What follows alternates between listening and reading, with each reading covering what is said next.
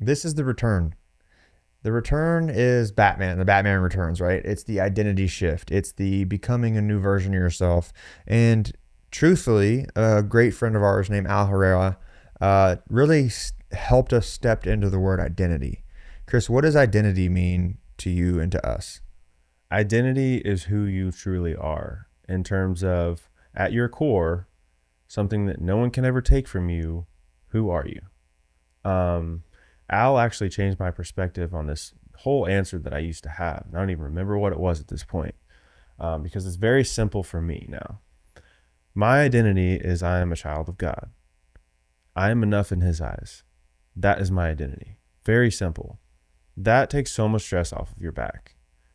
Not saying, everyone go dive into faith and like find Christianity only and all the other religions are bad. It's not what I'm saying. This is my truth. This is my testimony. This is my identity.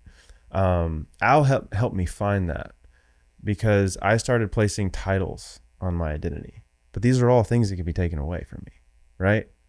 If I'm Chris the editor, what if I don't have hands? Facts. If I'm Chris the marathon runner, what if I don't have legs? So it's like your identity can't be so volatile. And that's what he taught me, is because it's deeper, it's broader, it's wider, it's bigger, and it's something that no one can ever take from you.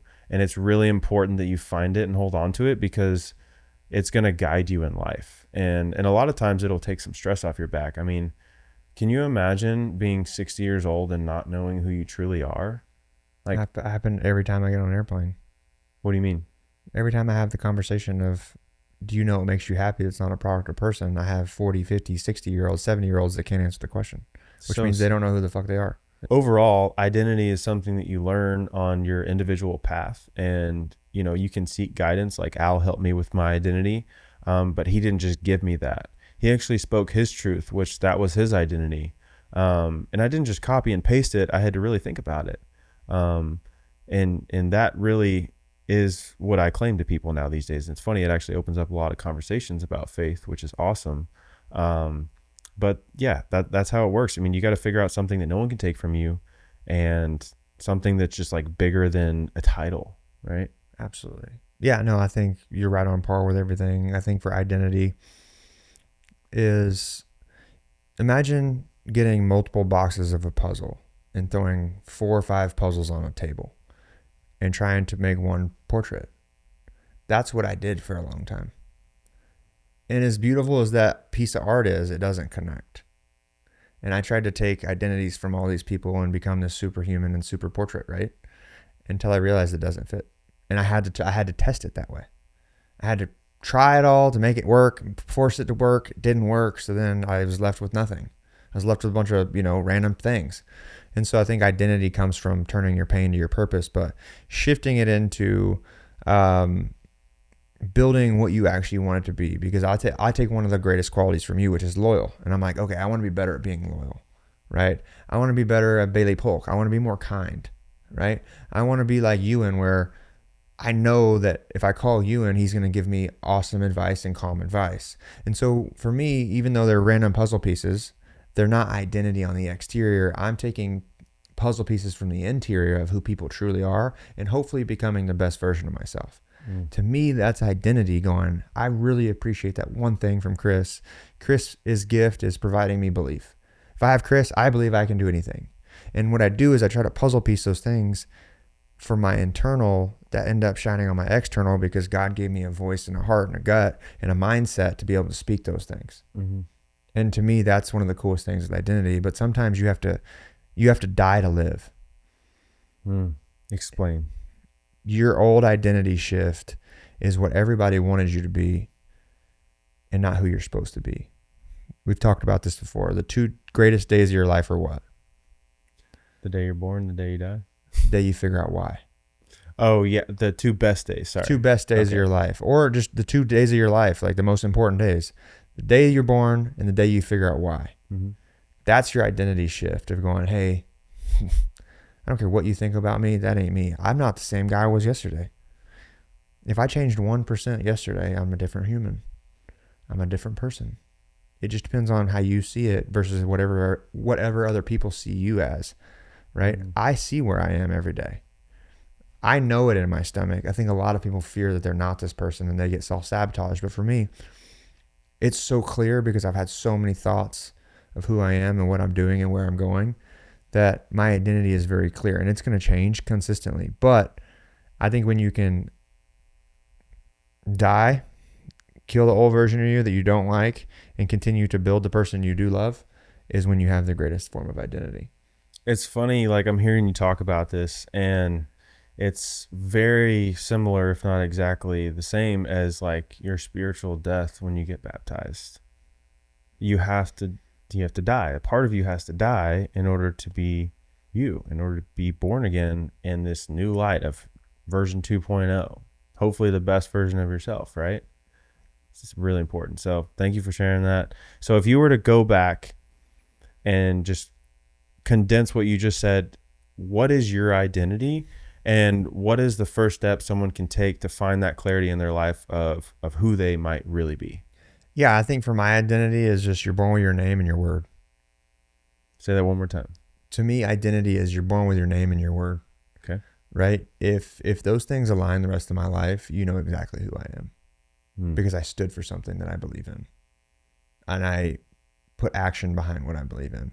So I think identity is matching your external and your internal, the way that you believe and the way that you think, and letting people absorb into that and helping them identify themselves and helping them figure out their external and their internal to match. That's one of the coolest things you can do. And we do this all the time, is helping people actually find their identity through question asking. Mm-hmm. If you want to figure anything out in the world, you just ask questions. Why am I not happy? What do I really love doing? Where would I want to travel? Do I really like this person? Like, I can go all down the list. Do I like my job? And when you start asking questions, you start developing answers, as long as you create the space to it to be open-minded. And you have to reject fear. That's the hardest part. It's the hardest part. But for me, unfortunately, there was no option when I had to go through those fear cycles. It just happened. And then fear kicked in for one of the greatest advantages for me, to get uncomfortable, right? And that helped me identify who I actually am, because like, man, you really don't know who the fuck you are until you have to. I became a whole different person when I woke up with no phone, no car, family's not around, no money. Batman Returns. Oh shit. Batman Returns has $1 billion. He decided, hey, I'm going to get rid of all this. I'm going to go learn how. I had to steal food in the movie. Like, when you get to that point where you have no option is when you become a scary person, good or bad. Yeah, and you say there's no other option when you get to that period. Well, there is always an option to give up.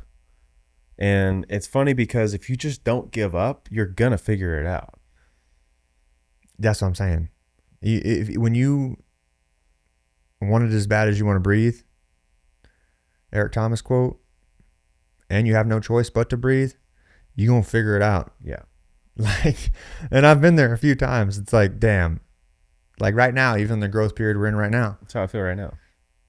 And it ain't even nearly as bad as the furnaces that I went through. And I'm like, yo, it's cool. I'm like, I'm a little bit uncomfortable, but I'm not in a position where I'm like, oh, fuck. What are we going to fucking do? We got to work 24 hours. We got to go scrap. And I miss part of those pieces because I know it comes from them. I don't miss the confusion because now it's like things aren't the best, but we know what we need to do. That's the key factor. And that goes back to identity and clarity. We know where we are. We know where we're going. We know what looks what happens in 5 years. So that's the situation, is like, damn, we got to put our backs against the wall. It's like, okay, I have a savings account. What happens if I fucking delete my savings account tomorrow? Do you realize the dog that comes out of that I just start scrapping, bro? I'm like, I don't know what I'm going to do. I don't know what's going to happen. If you can put yourself into that, even if you have money or you have a savings account, that shit's scary. Like, it is scary, yeah. Like, I'm a numbers guy. Yeah. I remember losing all my money, all my camera stuff getting stolen. I'm like, yo, I got to figure this out, and I got to figure it out fast. I will say, though, it's funny because, like, if you in this situation, you'd be like, let's go. In this situation for me, because when it like actually happened to me personally, I was at peace in a way. Which situation? When I quit my job, I lost a Oh, two and a yeah. half year relationship. I was in like $12,000 of credit card debt. I didn't even have a place to live really. I was crashing on your couch and crashing at my mom's in between. And like I was just at peace like when I was in South Africa, and all this happened at once because I had nowhere I needed to be because I was stuck in South Africa. And I didn't have any of those responsibilities inside my relationship anymore with the dogs, the apartment, financials, the person, relationship, like none of that stuff. And well, I had no money, so I didn't have to worry about managing that. And so I was just like, I just was able to take a walk and just breathe and just, I'm starting at square one again. And that's exciting. I mean, no, I feel you, dude. I mean, it's like all the chains broke. Yeah, It's like all the things that held you down, you know? exactly. Yeah. The flood came. The flood came and it washed out everything that needed to go. And there was very few things left. And I was still standing there though. Yeah. And that's the beautiful part about, like I said, the inner child, like how you move, how I move. Like for me, it was I was backed into a corner where I never wanted to ask for help. And the way my dad's operated his whole life is just 90,000 miles an hour. And I'm like, I got to go have that conversation. Yep. You know, like your mother is one of the sweetest, most genuine people in the world. And she's like, okay, Chris, come on. She's got a side to her. She's going to push you. She's going to push you, but she's going to push you in a healthier space than when I was getting pushed at when my dad was screaming at me, you know, like calling me an idiot. Like she ain't doing that. She ain't doing that. But, No. you know, when I was in that position, it kind of, same feeling in a way. It was just like, I got to step up. It's time.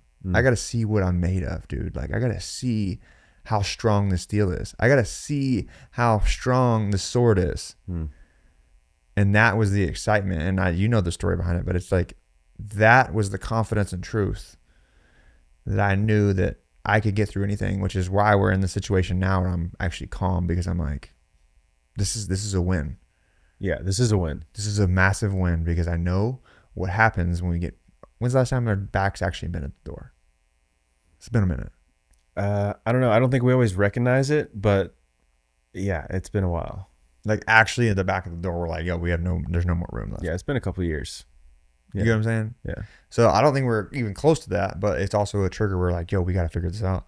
But yeah, I think that's the important part of, entrepreneurship is I thought about this the other day when we had our call with our finance people and different things. And it was just, I don't know one entrepreneurship truly that's had a perfect, consistent climb, perfect ever. I can't think of one. Like I thought about my dad, I thought about Harvey, I thought about all these people, and I'm like, if they're growing, it's not consistent. That's what I'm saying. It's like there's these battles of entrepreneurship, and that's the whole point of this community is just identifying, hey, the road's not lonely. We just gotta actually be vulnerable enough and all get on the same road and support each other. Yeah, bad things still happen when you have a successful business. You just lose a lot more money, but you also gain a lot more money too in the good times. So it's just perspective at the end of the day. Perspective. So I would say identity, the number one thing is ask the right questions. And the way to ask those questions is imagine seeing someone that you feel like is not giving their fullest potential. What questions are you asking to them is what you really need to ask to yourself. That's the easiest way to unlock what you need to be doing and then actually accomplishing in those things, right? It's a lot easier to question everybody else and question everybody else's business, but are you really looking in the mirror and questioning yourself of who you want to be and what you want to be known for? So that would be the number one thing. And then the second thing would be to come to me or Weston and ask us about this program we're building right now because you are a perfect fit for it. Facts.